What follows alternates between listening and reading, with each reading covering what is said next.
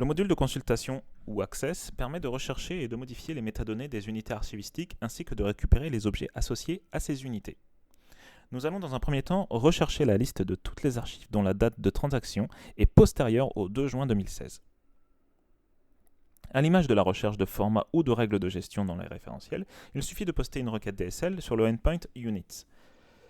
Les headers sont les mêmes, on envoie du JSON encore et on attend une réponse en JSON. La méthode get est surchargée par la méthode post. La réponse reçue est une collection JSON des unités avec quelques données supplémentaires comme le nombre de résultats ou encore l'offset, décalage, dans les résultats reçus, pour réaliser par exemple une pagination sur un affichage. Nous en profitons pour récupérer l'ID d'une unité archivistique que nous allons pouvoir utiliser pour afficher son détail. Pour cela, nous ajoutons l'ID comme paramètre de la requête. Ce genre de requête complexe n'est pas encore disponible via l'IHM Demo, mais il est possible de faire des recherches beaucoup plus avancées via les API. Par exemple par titre, par description, ou un composé de titre et description, et ainsi de suite.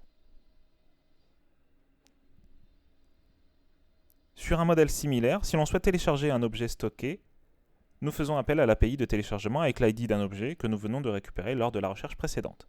Nous pouvons aussi en afficher son détail via le même ID, et nous voyons ici que nous avons le titre, la description, et ainsi de suite, et les opérations associées à son entrée.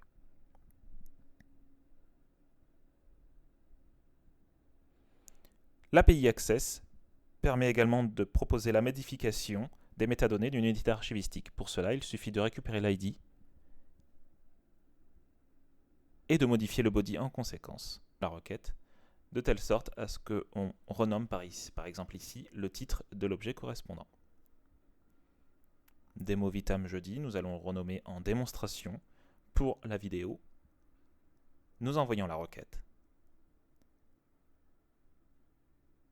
Nous voyons que le nouveau titre est démonstration pour la vidéo, que le diff est bien une modification de titre, et nous allons réafficher le détail pour voir si le titre a bien été pris en compte, comme nous le voyons ici.